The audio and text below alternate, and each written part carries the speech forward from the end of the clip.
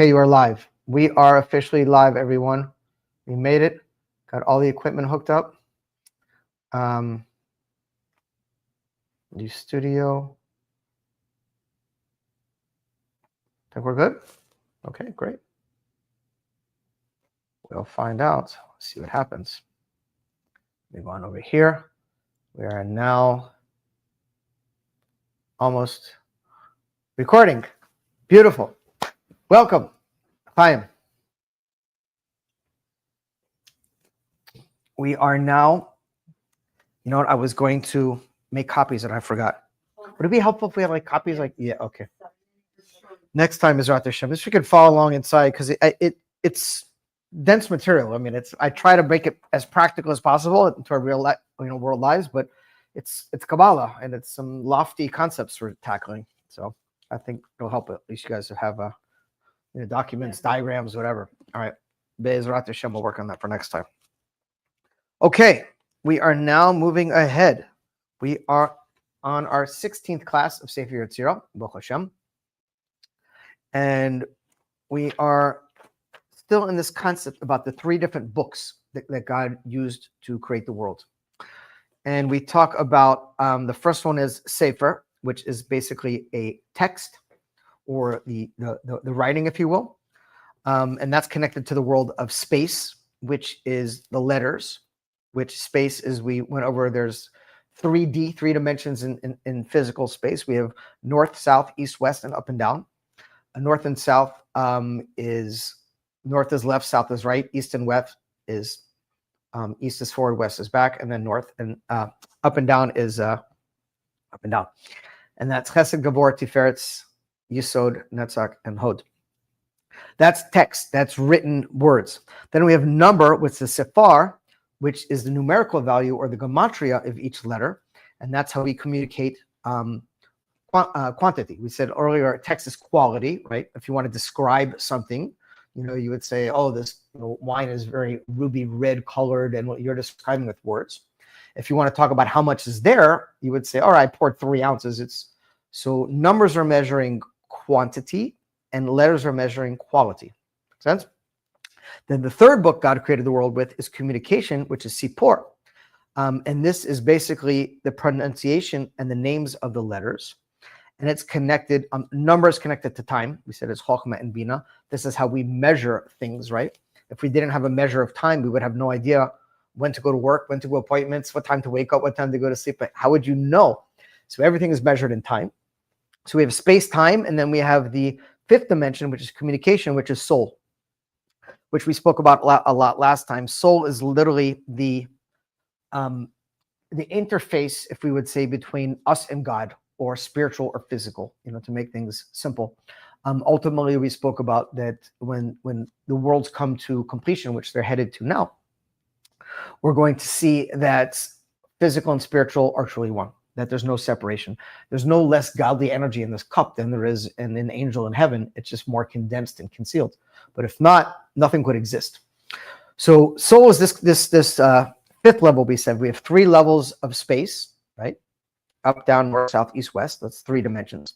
We have 1 level of time, past, future, and present. And then we have the 1 level of the soul, which is basic Keter Malchus, which is God and us, physical and spiritual.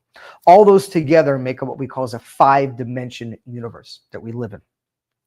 And I'm not big into science, but science now is catching up with Torah, and people are talking about the 4th dimension, the 5th.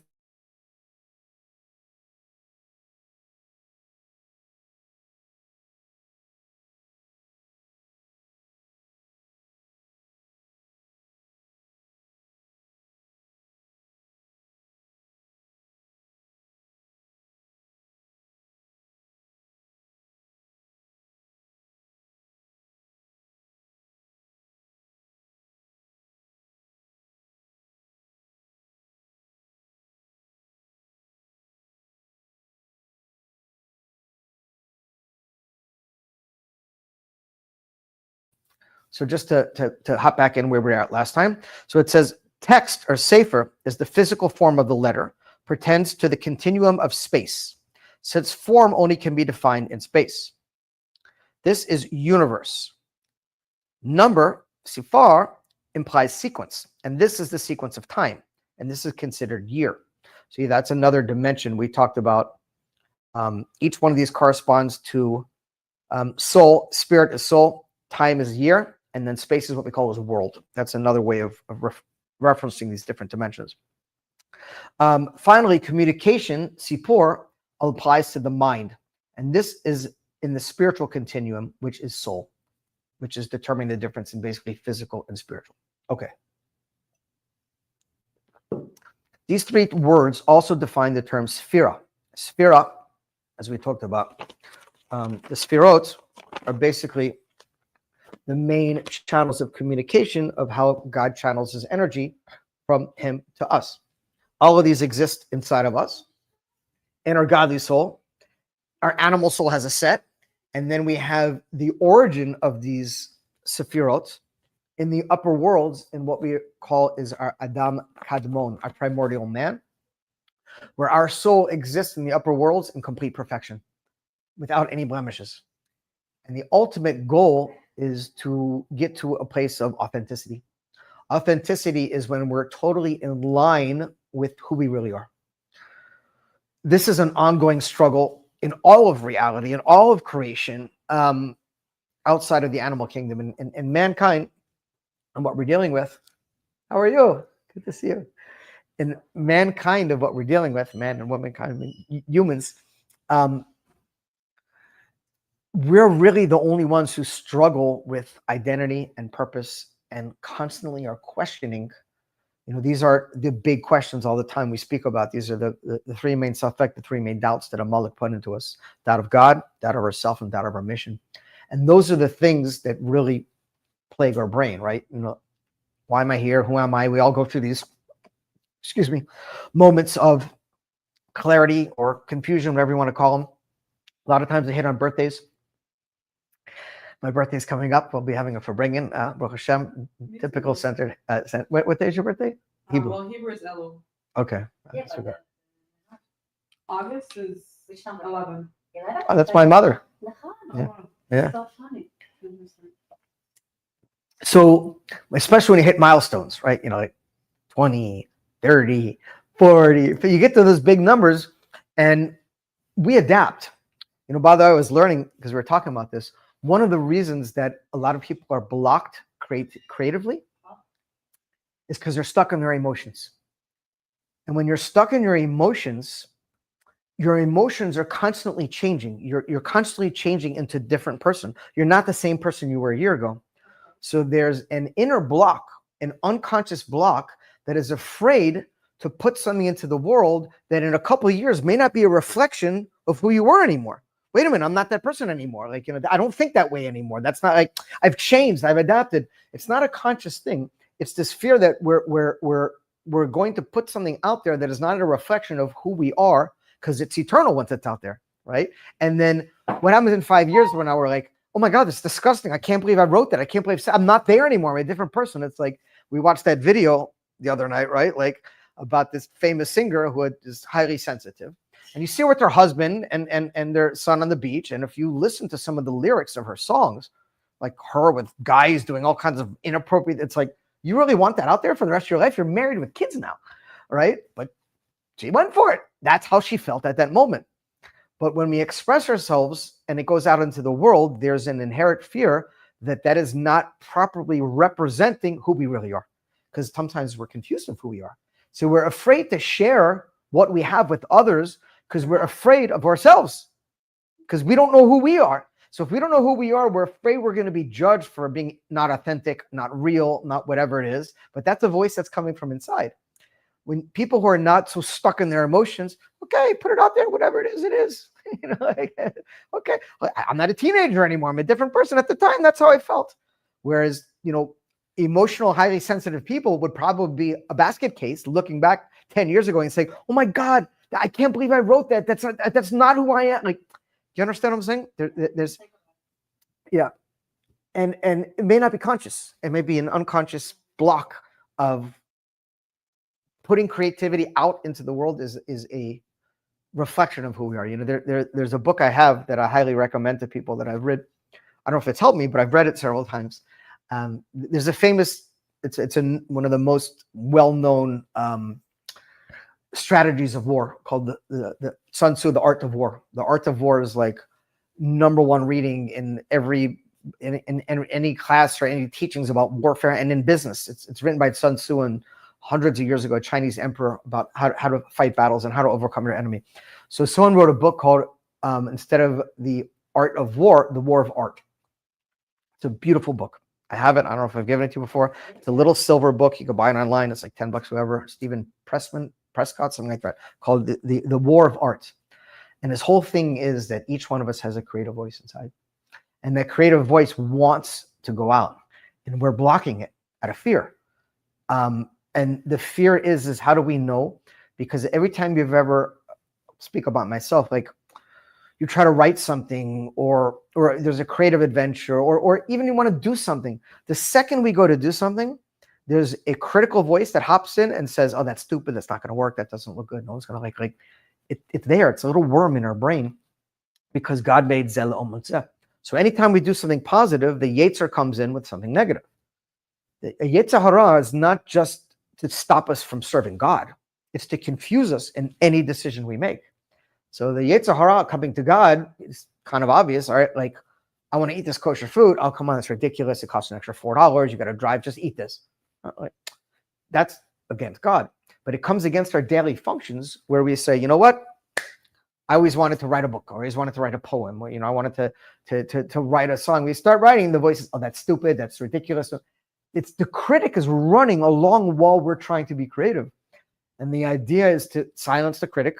And I'm paraphrasing a lot of things and say, okay, there's the time and place for you, but not right now.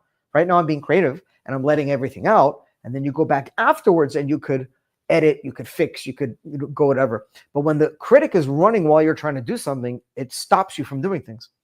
And literally to the point I was telling my wife the other day, I was like the king of indecision. Like one of the hardest things in the world was for me to make a decision because my Yetzer Hara, like most people's, would make a decision. If it didn't work out, see, that was so bad. Why'd you choose that? You should have chose the other one. That was wrong. Now look what happened. And it's like this cycle of confusion and feeling bad and beating yourself up. I made the wrong decision.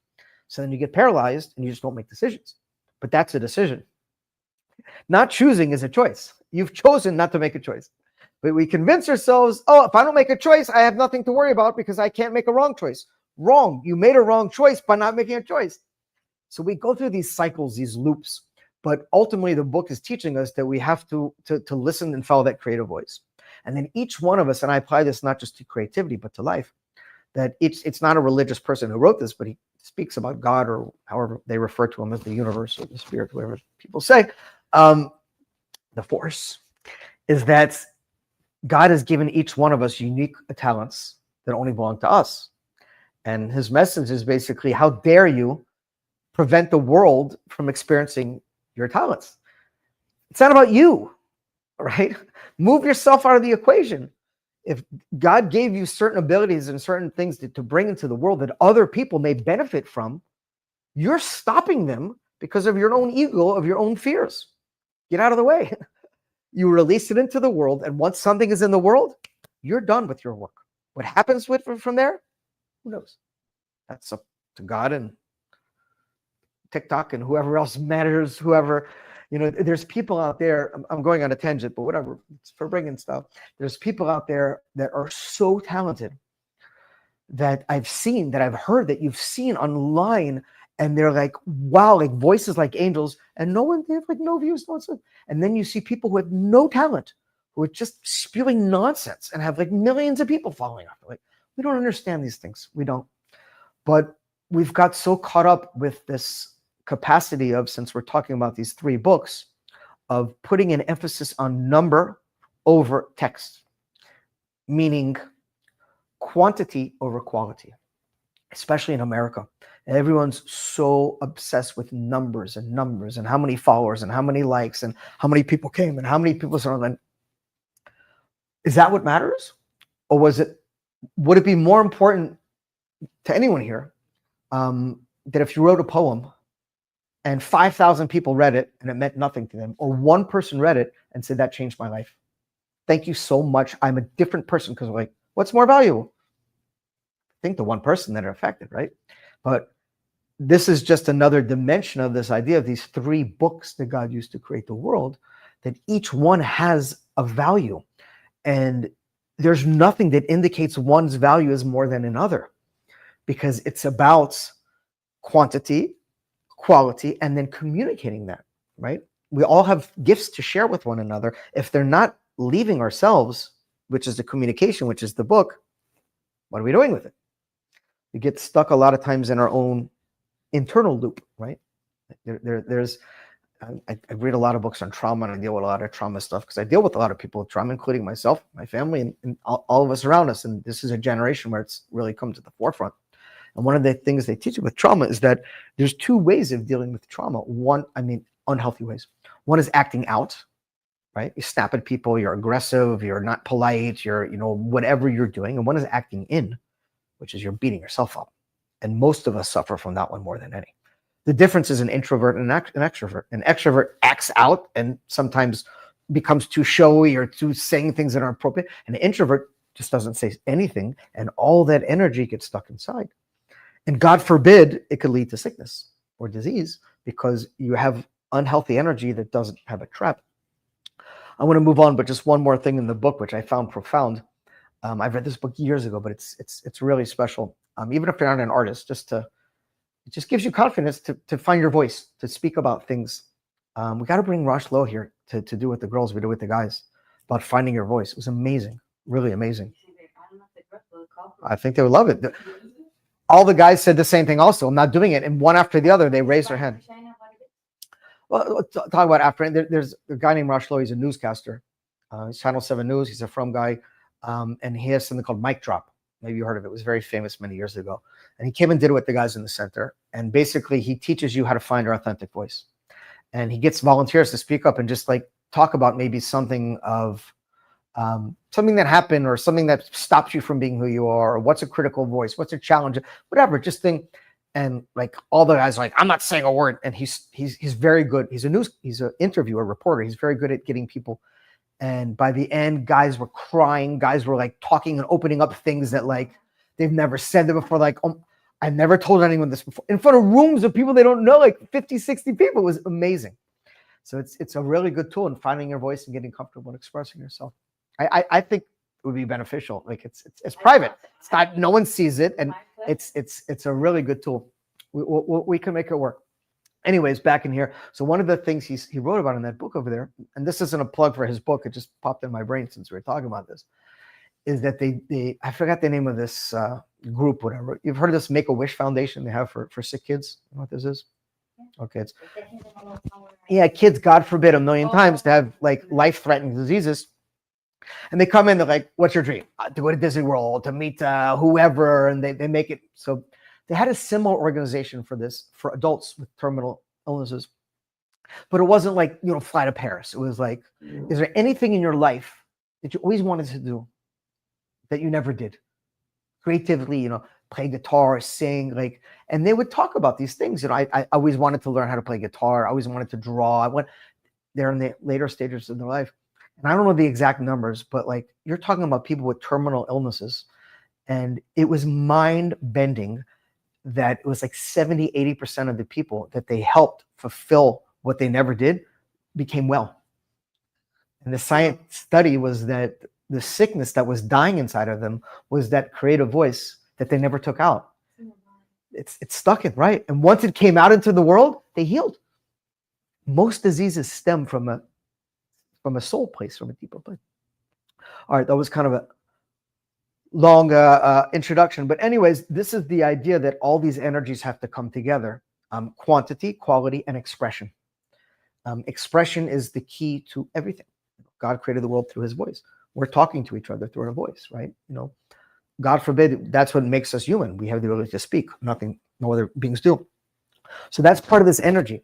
And everything that we learn about, that we've been learning about in the Sefer Yetzirah, about everything that God created, if you look at the spirotic tree, it's a body. This is the head, this is the brain, these are the arms, this is the legs.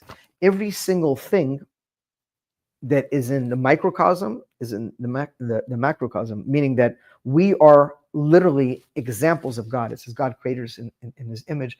And everything we learn about from God creating to the world is a map for us to create in our world, and how we can find self-expression and take out whatever's stuck in us, whatever it may be, to just try to come to this place of authenticity, to try to find who you are.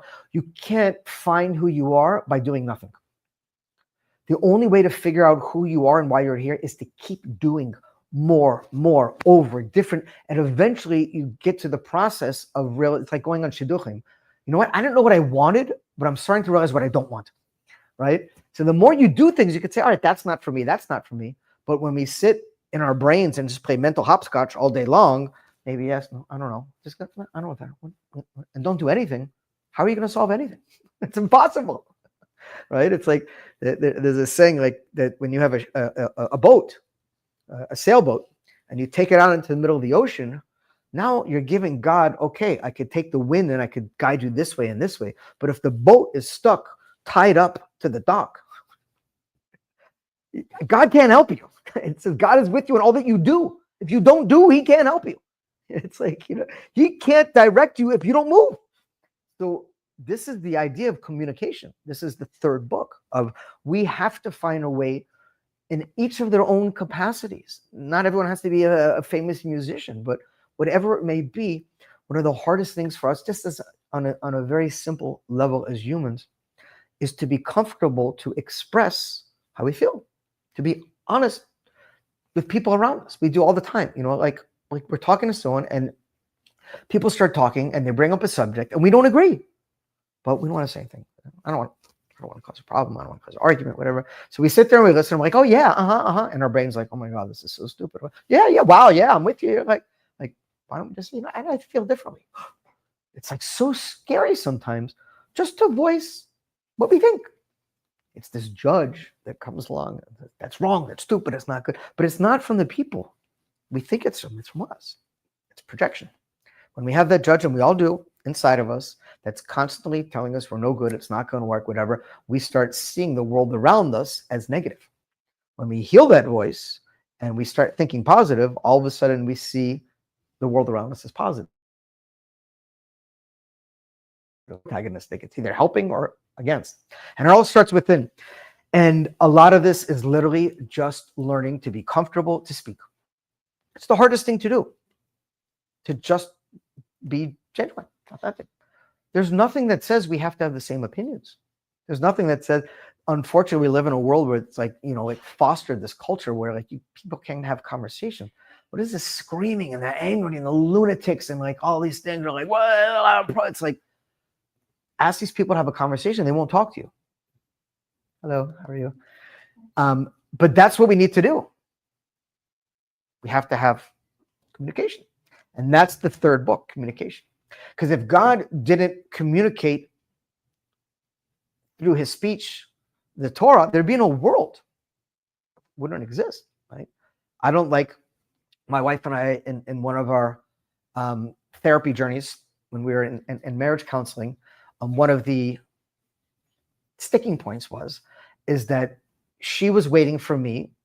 This is not saying right or wrong, just a discussion of what she's like, watch it. No, I'm not saying anything like that. It's a masculine and feminine thing. She's waiting for me to be sensitive and to see that she needs assistance in something and say, oh, I see you're troubled. Like, can I help you with something? And she's frustrated that I'm not, how does he not sense that I need him? And the therapist was like, say something, tell him I need help. She's like, I'm afraid to say that I need help. And I'm like, I don't know. How could you not know? Again, not right or wrong. It's just a very simple point of communication is blocking. A lot of times we anticipate or hope or think someone is going to understand us, but we need to explain ourselves. People are feeling every sense of you. So I think that you're like me. You understand? So I couldn't get out of myself. You told me that I'm also sensitive. I know, but you're blocked more than me. I'm not hypersensitive. No, you're hypersensitive, but you succeeded putting so much layers that I couldn't. So I'm so sensitive. I feel you in 2 seconds what's going on. So I couldn't get out of my ego and understand that my husband doesn't see the world like me. You understand? But Right. that's where your voice comes in, where you need to express it. Correct. Correct. Because It we took me don't, 50 years. I get it. I felt the same way. For Yesterday, I so long. felt like Right. I told him and I said, wow, finally I'm talking. Because I'm like, I can't climb in your brain and know what you're processing, but it happens all the time. I think that's the part of the communication, like not just within relationships, but like platonic Any relationship, anything. People don't know what's going on in your mind. Right. How they can support you. Right. and that's- We're playing again with these three different books, right? The communication, the text, which is the quality, and the numbers, which are the quantity. Okay, so these three words also define the term sphera. First, the word sphere shares the root with sefer, which means book, like record information. The sphera thus serve as a memory bank in the domain of the divine. A permanent record of everything that has ever taken place in all creation is made on the spherot. It's a frightening concept. You're entering more and more.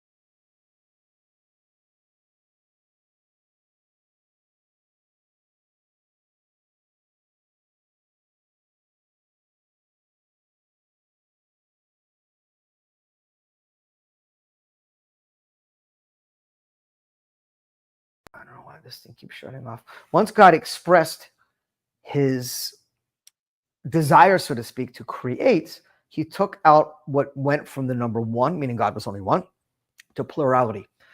That's what the spirit represent, because it's our way of communicating or expressing or dealing with other people. If we were the only people in the world, we don't need a name. Why do you need a name?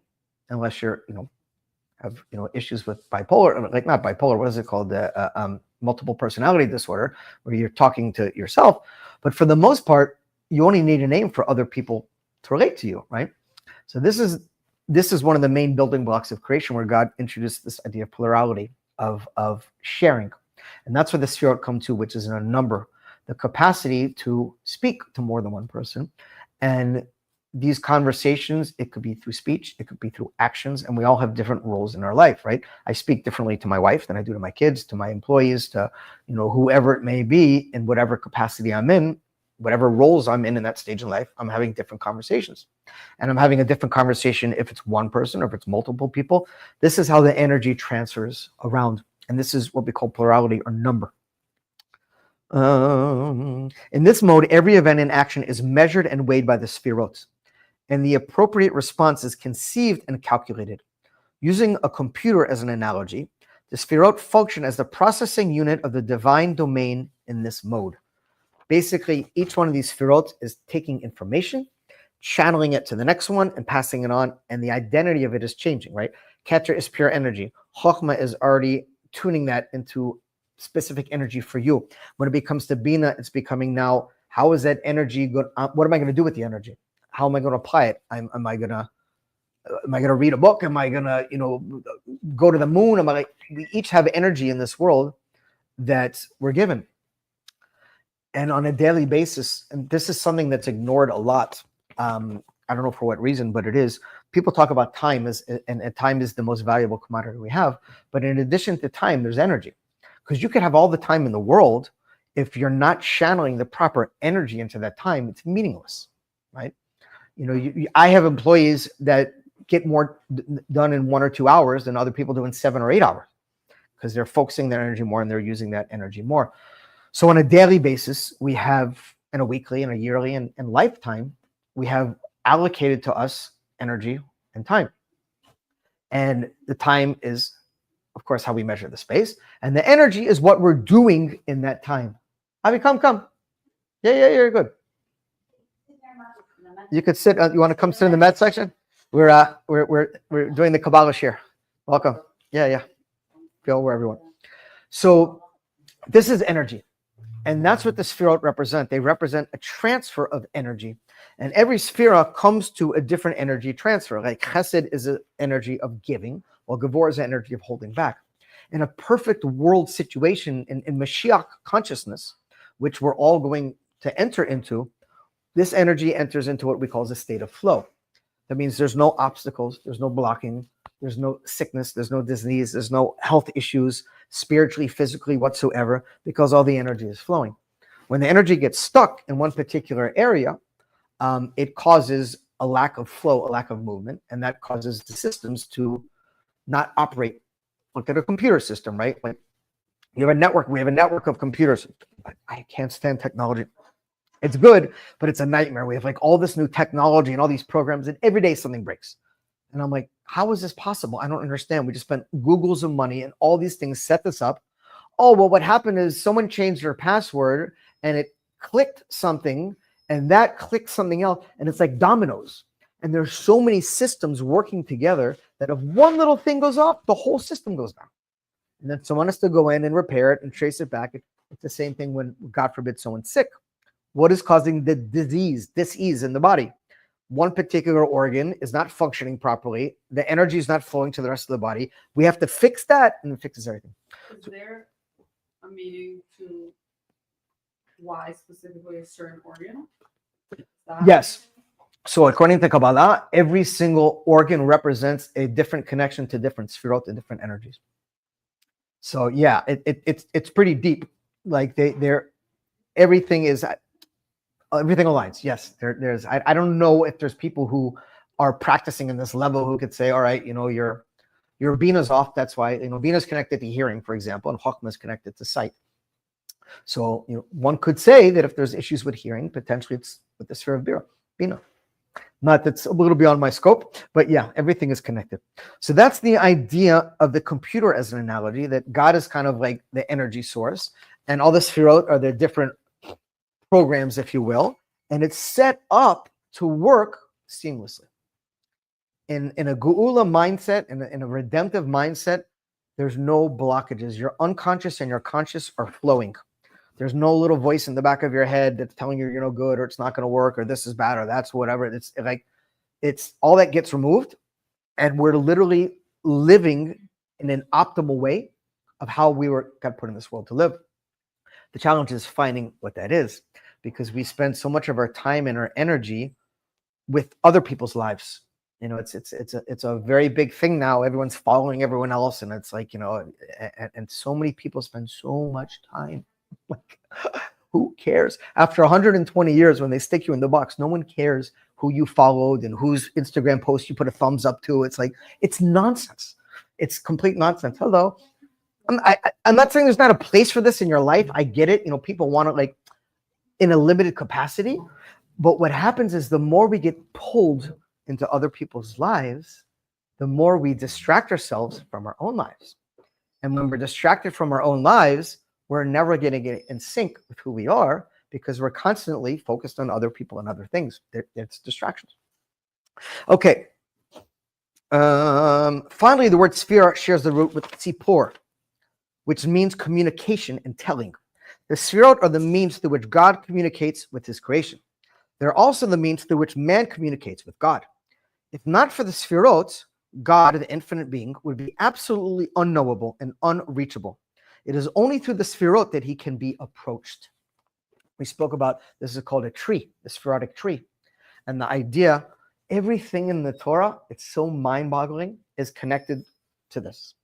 When you talk about the Jews going down to Egypt, it's talking about them leaving the seat of what is Yisrael. What is Yisrael? Yisrael, if you rearrange the letters, it says Li Rosh, I have a head, meaning we're up here. God sent us down here into Egypt, into the lower realms, to the physical body and the animalistic realms, to rectify down here and return to become Yaakov. Yaakov is fighting with Esau. Yaakov is where we have to deal with the physical world and all the challenges and all the difficulties and all the things that are blocking us from being our authentic selves. And we have to go to war. Like literally, we have to fight. We have to come to a realization that there is an enemy inside of us that is trying to destroy us. It's a horrible thought, but it's true. What does it mean, destroy us? Stop us from being who we are. Stop us from being our authentic selves.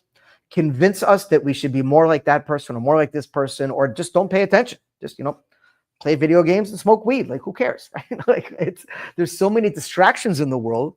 And how do you know the second we go into mode of, and I think we've all been there at different stages in our life, we're like, all right, enough, that's it. I'm getting my shit together. Like, I'm going to go get a job, whatever it is. I'm going to stop smoking. I'm going to stop drinking. Everyone plugs in their own thing. The second we start doing something, all of a sudden, maybe initially it works, and then resistance comes. Resistance comes. I hear it all the time from people. Wait a minute, I've been keeping kosher for 2 weeks. My life became hell. It's so much harder. Because that Yetzer Hara is always going to step in. And again, I'm not just talking about God. I'm talking about any positive thing you do in your life. There's a light and there's a shadow. So when your light is dim, there's nothing to talk about. The shadow's just sitting on like this. When the light starts coming out, the shadow's like, hold on a second. Whoa, wait a minute. The shadow gets bigger. And this is our life. So this is Yaakov. Yaakov is when we're in the mood, when we're fighting with our shadow, when we're fighting for authenticity until we can elevate back to Israel and come back up the spheres again. So all of these chains of creation, the whole story of all the Torah, Kabbalistically, there's underpinnings of what's going on, traveling through the different spherot. Where is Egypt? Where is this one? And we're going and we're pulling up sparks and we're elevating things and we're fixing them and bringing them back.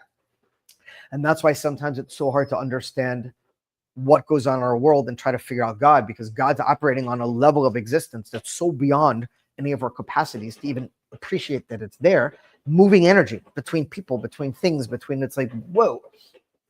So this is a way that we can approach God. There's what time is it?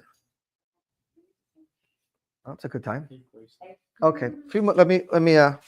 All right. Yeah, no problem. I'm coming. Let me finish up this point. So this way we could stop and start at 1.2. We're still on 1.1. We're on 1.1, the first part of the first chapter, and we've done 16 classes already. It's like 15 hours just in this one point. I know I get excited about that because I like we're going deep stuff. All right, let me go back inside and we'll finish up. And then, Jose, I want you to eat. Okay, I want you to.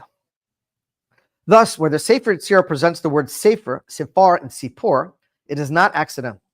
Rather, the book is deliberately presenting roots which define the concept of the Sefirot. This is all the more obvious since the entire chapter deals with the Sefirot. The three aspects we talked about: text, again, which is letters or quality, numbers, which are quantity, and communications, which is speaking, are the keys to the methods of the Sefer Yetzirah. Through these three books that God created the world, we have the ability to create with one another, to speak with one another, to create, to put energy into the world. It's really fascinating if you think about it. Like, God creates the world yesh ma'ayin. In other words, from nothing to something. Hello, how are you? And we have that same ability. Anything, whatever it may be, right? So we talk about the center. 17 years ago, there was no center. It didn't exist. Started right here with the guys in this living room. And now, like, wow, look what it's grown into. Like, it's wasn't there. Any business, any building, any concept, any idea that didn't exist and now exists, that's literally you're creating something that didn't exist before. So all these models, all the things we're talking about, the ideas is in addition to learning what's going on behind the scenes of creation, we can use all these tools as ways in ourselves to grow in any capacity, not just in our connection to God, in connection to one another, in goal setting and anything. There's so much depth. Hodayan and I, years ago, took coaching classes from with a very big rabbi in Israel. His name is Rabbi Barati. He was a student of Rabbi Ginsburg, and he built a whole complex system of coaching that's mind-boggling. That's like 2-3 year program just on the Sefer Yetzirah, just on the different alignments of this stuff. So we're learning some really cool, deep stuff. And again, I try to make it practical as much as we can for tools for each other. And feel free as you do if something doesn't make sense. Next time I'm going to make copies so you could follow along inside. I think it'll help. We're doing very small portions at a time, and I'm kind of just going through outside. Anyways, these three aspects are the Sefer Yetzirah. If one wishes to influence anything in the physical universe, space, he must make use of the physical shape of the letters. If this involves a meditative technique, one would contemplate the appropriate letters as if they were written in a book. This is really wild stuff. The method involves making each particular letter combination fill the entire field of vision, eliminating all other thoughts from the mind. I'm going to finish this point and just explain what he's talking about. Finally, if one wishes to influence the spiritual realm, he must make use either of the sounds of the letters or their names. This technique, which we shall describe, is the one that was used in making the golem. The Maral of Prague created a golem. You're not going to be able to see this, but like it goes through all the 22 letters. Aleph, the sound is silent. Its value is number 1. It's considered a mother, and it's the phonetic family guttural. Guttural, labeo, platio, lingual. These are 5 different sounds that come out of our mouth as we speak. One's from under the tongue. Like you say a word, your tongue is taking air from behind your throat, under your teeth. Each letter of the Hebrew alphabet has a specific energy as it comes out into the world. It's classified as either a mother, an elemental, or a double. It has different sounds, different letters, and different numbers. So the Makublim of the ancient days would literally sit and create reality by like the Hebrew word, Aleph. They would be able to close their mind, block out any other energies, whatever, and focus on the word Aleph to the point that they could literally become like God, so to speak, and match up energies in the world and create physical reality that didn't exist. That's how Maral of Prague created a golem. He created a human being. How is that possible? From using the Sefer Yetzirah. I don't know if anyone these days has these capabilities, but this is not just a book about Kabbalah to learn about the underpinnings of creation. It's literally an instruction manual of how to bring reality into the world and change your reality. What about music? Oh, good one. Does it also have like the same kind of- Absolutely. Absolutely. All the musical notes are corresponding to different levels of the Sefirot. And there's actually, who's the music? How many, were there 7 octaves? How many? I don't know, but it says when Mashiach comes, there's going to be a new one. There's going to be a new level of, I'm not a musician, but a new level of musical sounds that have never been revealed before in the world. Seven is nature. I think it's 7, and there's going to be 8 when Mashiach comes. There's going to be an additional musical dimension. All right. Thank you, everyone. Till next time. Thank you. I never. Yeah. All right, Avi, you caught the tail end of the class. If you enjoyed it, you can tune in. We do it live every Monday. It's pretty cool stuff. Yeah. We can. Even like some stuff I was wondering about